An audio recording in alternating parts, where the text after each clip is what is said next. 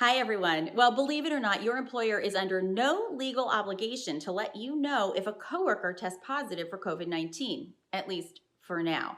The CDC does have guidelines for this situation, and those guidelines suggest employers should do the following things. First, reach out to the health department if they have an employee test positive, and then help with contact tracing if possible.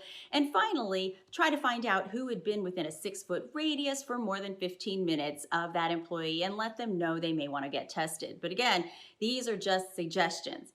But now in California, they have recently passed a new law that makes it mandatory. If you have an employee that tests positive, you now have just 24 hours to let affected employees know so they can go get tested. You have to do it in writing, or you can do email if that's your traditional way of communicating with your employees.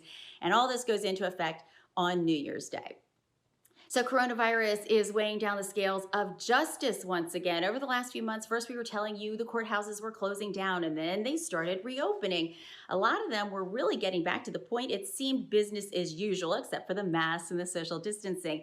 But now the rising numbers across the country are causing a lot of them to do a 180. Here are some examples. Maryland has decided no more jury trials until at least the new year.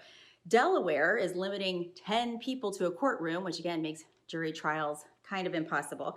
New York has suspended all jury trials and grand juries, and Texas is forbidding jury trials until at least February. And you can only expect this list to get longer as we head into cold and flu season.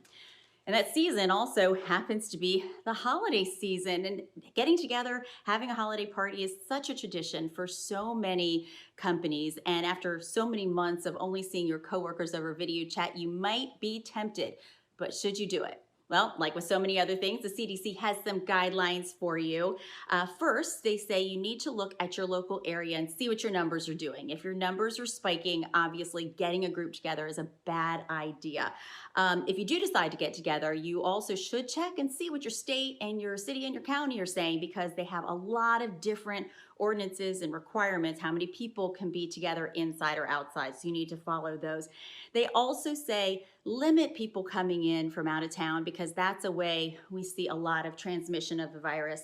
Of course, masks, social distancing, hand washing, we know those, but adding to the list, the CDC says no singing, no chanting, no cheering, and no self-service shared food or drink. And they also say it's a good idea to ask the attendees to sign something saying, yeah, we want to come, but we know there is a risk of COVID-19. Not exactly in the holiday spirit, but we got to do what we can these days. So I'm curious what you're doing. So reach out to me. Let me know on Facebook, LinkedIn, or you can go to ebiinc.com and send me an email. Let me know what you're doing to mark the holidays with your coworkers, and maybe we'll share in our next news. Have a great week, everybody. We'll see you back here next time.